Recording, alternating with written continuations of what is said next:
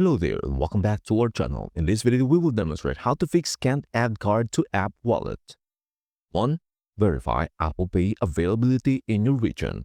Ensure that Apple Pay is supported in your country or region. As of December 2024, Apple Pay is available in select regions. 2. Confirm card compatibility. Not all banks or card issues support Apple Pay. Contact your bank to verify if your card is compatible. 3. Update your device. Make sure your device is running the latest version of iOS, watchOS, macOS, or Vision OS. 4. Set up security features. Ensure that you have Face ID, Touch ID, Optic ID, or a passcode enabled on your device, as these are required for Apple Pay. 5. Check your internet connection.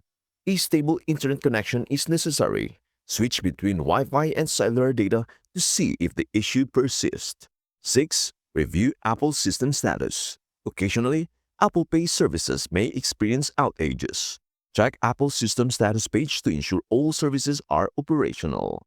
7. Remove and re-add cards. If you have reached the maximum number of cards, 12 for iPhone 8 and newer, 8 for older models, consider removing unused cards. To remove a card, open the Wallet app. Select the card you wish to remove. Tap the three-dot icon and choose Remove this card.